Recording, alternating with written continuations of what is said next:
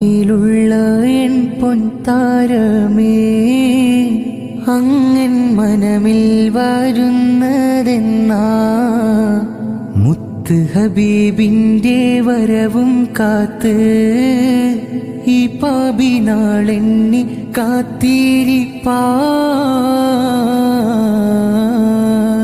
നൂറോരെ പൂമുഖം കാണുവാനായി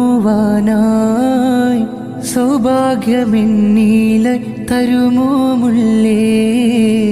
ഒരുപാട് തെറ്റുകൾ ചെയ്തവളാ, ഒന്ന് പൊറുത്ത് മാനാമിൽ വരുമോ.